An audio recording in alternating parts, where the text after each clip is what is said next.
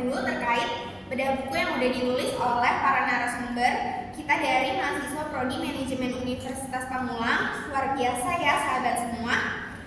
Untuk acara bedah buku ini ada 6 sesi. Kita akan melihat lebih mendalam isi pada buku ini. Sekarang adalah sesi ke-6 yang membahas tentang anggaran warung kelontong. Baik, sebelum kita mulai acara ini, saya Fizia Dewi Hadi sebagai pemandu acara pada hari ini ingin memperkenalkan kepada para narasumber kita yang hebat ini. Saya narasumber pertama, nama saya Ferry Hamsyah. Saya narasumber kedua, saya Sufa Fauzia. Saya narasumber ketiga, nama saya Siti Raturjana. Saya narasumber keempat, Sucia Mira Larasati. Saya narasumber kelima, Tiara Putri Talita. Saya narasumber keenam, Widya Waratul Faida. Saya Sulasrika Pratiwi sebagai narasumber ketujuh. Mungkin kita mulai acara ini ya. Saya ingin bertanya nih, bagaimana cara kalian bisa menulis buku chapter ini? Coba dong ceritakan pengalamannya kepada kami. Oke, baik. Di sini saya akan berbagi sedikit pengalaman bagaimana cara kita menyusun buku ini. Jadi pertama-tama itu kita cari dulu nih objek yang ingin kita bahas itu apa. Setelah kita tahu objek yang ingin kita bahas, kita tentuin temanya. Kita mau angkat tema apa sih di dalam buku ini. Setelah itu kita carilah narasumber untuk kita wawancara. Setelah semua data-data yang kita butuhin dalam penyusunan buku ini udah lengkap, barulah kita melakukan penyusunan sehingga jadilah buku sekarang. Apakah buku yang teman-teman tulis ini ada cek turnitin atau plagiasinya gitu? Berapa persen sih plagiasinya dan bagaimana cara kalian memperbaikinya? Baik, di sini itu ditentukan turnitinnya 20%. Ketika turnitinnya di atas 20%, maka solusinya yang satu mengubah kata-kata dengan kata sederhana, yang kedua memperbaiki mana jumlah kata yang lebih banyak turnitinnya, seperti itu. Baik, saya dan sahabat di luar sana ini ingin tahu isi buku ini. Boleh kan para narasumber? Sebelumnya saya mau tanya nih, kira-kira tujuan dan isi dari pembahasan buku ini tuh apa aja ya? Baik, perkenalkan nama saya Ferry Hamsyah. Saya narasumber pertama dan judul buku antologi saya yaitu Mengetahui Besar Anggaran Bahan Baku Warung Kelontong. Tujuan saya membuat buku ini yaitu untuk memberitahu kepada audien berapa modal untuk membuat usaha warung kelontong. Isi dari buku ini yaitu fungsi dari anggaran, bahan baku yang diperlukan, peluang pemasaran, dan anggaran modal. Anggaran modal ini terdiri dari modal awal yaitu senilai 30 juta. Lalu pendapatannya 18 juta itu didapat dari 600.000 dikali 30 hari. Dan beban listriknya 100.000, beban gaji karyawan ada 600.000, dan belanja ke supplier senilai 15 juta itu didapat dari 4 minggu dikali 3.750.000. Dan total laba bersihnya yaitu 2.300.000. Saya Sufa Fauzia selaku narasumber kedua. Dalam buku antologi kali ini saya mengambil judul Laba dari Pangkalan Gas LPG 3 kg yang bisa menjadi income pasif yang menjanjikan, dengan tujuan membuat masyarakat atau audiens mengetahui bahwa banyak bisnis yang bisa menjadikan atau menghasilkan pendapatan kedua atau pendapatan pasif. Jadi teman-teman, kenapa diambil judul gas LPG 3 kg ini? Karena pertama, gas LPG tersebut merupakan bahan utama yang dipakai para masyarakat untuk memasak, para UMKM juga memakainya, dan yang lain-lain. Nah, untuk anggaran yang saya pakai pada buku ini adalah anggaran laba atau keuntungan yang didapat dari pangkalan gas tersebut. Dan awal untuk membuka usaha pangkalan gas LPG 3 kg tersebut sebetulnya lumayan termasuk anggaran yang mahal atau lumayan besar untuk dikeluarkan di awal. Namun dengan melihat laba yang dihasilkan per bulannya bisa dijadikan side income atau income kedua dari orang yang ingin memiliki pendapatan kedua. Nah, ada apa aja sih anggarannya? Nah, ada yang paling penting adalah izin operasional sebesar 35 juta. Ada tabung gas LPG 3 kg dengan volume atau jumlah 130 dengan harga satuan 150.000. Dan yang ketiga adalah pembelian motor ada 3 dengan harga 17 juta.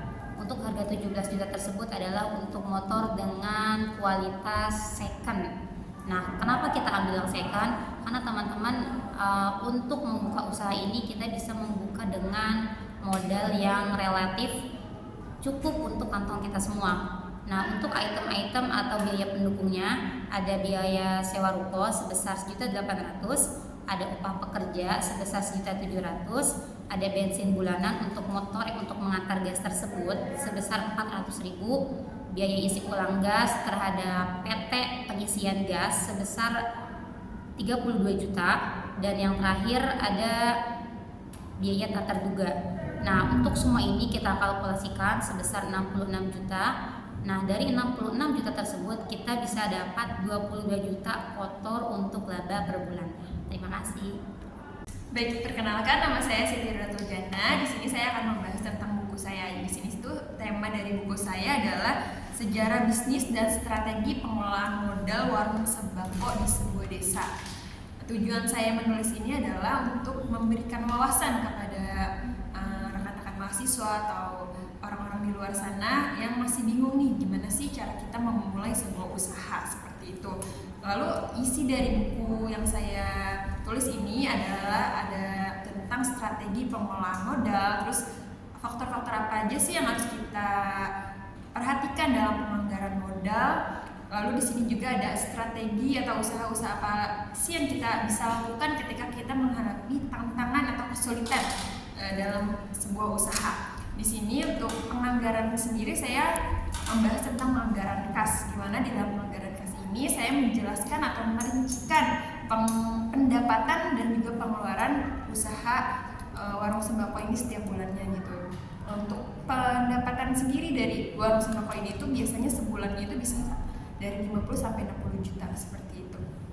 Saya narasumber keempat, saya Susiati Larasati. Saya ingin ngasih tahu judul buku antologi saya yang berjudul Mengetahui Besar Anggaran Pendapatan Warung Sayur di Daerah.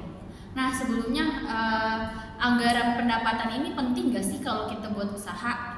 Sebenarnya anggaran pendapatan ini penting karena kenapa? Karena untuk mengetahui berapa pendapatan kita dan laba sehingga mengetahui apa yang penyebab pengeluaran dari pendapatan ini besar seperti itu. Nah, di sini saya mengambil judul warung sayuran. Kenapa sih warung sayuran gitu? Sebenarnya warung sayuran ini anggaran modal awalnya itu sangat relatif karena kenapa? Tergantung kita mencari pemasok yang lebih murah, itu bisa dengan modal dikit kita dapat pemasok yang murah, otomatis kita mempunyai harga yang lebih miring lagi gitu. Jadi untuk modal awal di sini sekitar 800.000. Kenapa 800.000? Karena dia tidak membayar sewa tempat gitu. Karena dia di sini itu melanjutkan usaha milik mertuanya. Anggaran awalnya, modal awalnya itu 800.000. Kemudian pendapatan per harinya itu sekitar 3 juta. Nah, itu tuh kotor. Untuk pendapatan per harinya itu sekitar 300 sampai 400.000, sekitar 10 sampai 15% keuntungan dari modal awal. Nah, untuk pengeluarannya di sini seperti gaji, transportasi, listrik, terus sama BPJS seperti itu. Jadi dengan modal yang sedikit bisa menghasilkan laba yang menguntungkan seperti itu. Terima kasih. Saya Tiara Putri Talita sebagai narasumber kelima. Di sini saya mengambil tema besarnya anggaran kas dan profit yang didapat dari agen gas dan air minum isi ulang untuk buku antologi ini. Tujuan saya mengambil tema ini karena ingin mengetahui seberapa besar anggaran kas yang didapat dan profit yang didapat dari agen gas dan galon atau air minum isi ulang. Isi dari buku ini yaitu apa sih agen gas dan air minum isi ulang itu, terus juga apa saja syarat-syarat yang dibutuhkan supaya kita bisa membuka agen gas dan galon atau air minum isi ulang ini. Karena agen gas dan air minum isi ulang ini harus membutuhkan banyak syarat karena kan ini tuh agen yang besar ya, jadi harus punya syarat-syarat yang sesuai. Untuk anggaran kasnya kita emang membutuhkan modal yang sangat besar karena kan agennya ini juga menjual barang-barangnya yang sangat banyak. Yang pertama itu kebutuhan peralatan mesin air minum dan isi ulang gas ini membutuhkan biaya kurang lebih sampai 30 juta. Untuk kelengkapan pendukungnya bisa sampai 13 juta. Untuk kelengkapan administrasinya kurang lebih sekitar 4 juta. Jadi total anggaran kas ini ada di 50 juta. Tapi pendapatan yang didapat setiap bulannya itu bisa lebih dari itu, yaitu sekitar 100 jutaan. Karena barang yang dijual sangat banyak dan agen gas dan air minum isi ulang ini juga sudah terkenal di daerahnya. Untuk total pendapatan kotor per bulannya itu ada di 101 juta. Sekian. Kenalkan, saya Vicky Faida. Di sini saya mengambil judul sulitnya penganggaran laba toko plastik. Kenapa saya mengambil judul ini? Karena memang pada kenyataannya pada toko khusus plastik itu kita mendapatkan keuntungannya itu sangat kecil. Nah, di dalam buku ini isinya itu ada beberapa keuntungan atau dalam kita membuka toko plastik, dan ada beberapa kekurangan, salah satunya yaitu laba toko plastik sendiri yang relatif kecil, yang kalau bisa dirupiahkan itu hanya kisaran 100 sampai 200 sampai 500 rupiah per piece-nya. Nah, di balik laba yang kecil juga, ternyata toko plastik ini, dalam memulai usaha toko plastik ini, kita juga bisa memulai dengan modal yang kecil juga. Modal yang relatif kecil yaitu sekitar 1.500.000 sampai 2 juta. Dan itu belum dengan modal kita sewa ruko, sewa tempat-tempat untuk kita menyimpan. Nah, kalaupun kita ingin memulai usaha itu dengan modal tersebut, berarti kita sebelumnya harus sudah memiliki ruko sendiri ataupun tempat untuk kita menyimpan stok barang tersebut. Baik, terima kasih. Perkenalkan, saya Sulasreka Pratiwi sebagai narasumber ke-7. Di sini saya mengambil judul tentang dampak dari adanya minimarket terhadap tingkat pendapatan warung kelontong di daerah Pegadangan. Dengan harapan karya tulis ini bisa menjadi gambaran bagi para pedagang, khususnya warung kecil, guna menghadapi persaingan terhadap toko modern atau minimarket. Ini saya membahas tentang gimana sih pengaruh minimarket terhadap usaha warung kelontong yang ada di sekitarnya. Dominasi minimarket terhadap warung kelontong telah menjadikan usaha warung kelontong mengalami berbagai macam kesulitan. Salah satunya jumlah pembeli yang menurun karena lebih beralih belanja di minimarket, sehingga mempengaruhi tingkat pendapatan toko kelontong tersebut. Sebagai contoh dari dampak minimarket terhadap tingkat pendapatan, yaitu biasanya pendapatan per hari bisa mencapai 400 sampai 800 ribu. Nah, setelah adanya minimarket, tingkat pendapatan mengalami penurunan menjadi 300 sampai 500 ribu per harinya. Luar biasa ya pembahasannya. Teman-teman di sini masih muda, tapi udah bisa nulis buku sahabat seperti ini. Keren. Mungkin bisa jadi inspirasi untuk sahabat di luar sana untuk menjadi penulis seperti para narasumber ini. Nah, saya mau tanya nih, apakah nama kalian semua akan dicantumkan di buku ini? Iya betul, untuk semua nama penulis dicantumkan di dalam buku ini. Siapa sih yang memberikan ide dalam membuat gagasan buku ini? Oke, yang memberikan ide dalam kita membuat buku ini yaitu dosen kita, Dr. Mutawali, sebagai dosen pengampu mata kuliah penganggaran perusahaan. Banget ya, teman-teman bisa kuliah di Universitas Pamulang dan bisa menciptakan karya tulis buku ini. Buku ini model penerbitannya apakah dari kampus atau dari mana ya? Buku ini terbit dari penerbit resmi yang terdaftar di IKP yang ber-ISBN. Luar biasa ya, sangat menginspirasi sekali.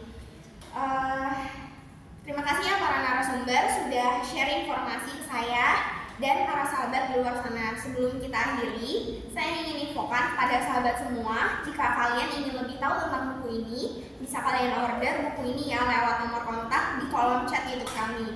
Terima kasih sahabat semua sudah ingin meluangkan waktu untuk menonton bincang-bincang santai ini. Semoga menjadi tambahan ilmu untuk para sahabat semua. Amin. Sampai jumpa di lain waktu. Wassalamualaikum warahmatullahi wabarakatuh.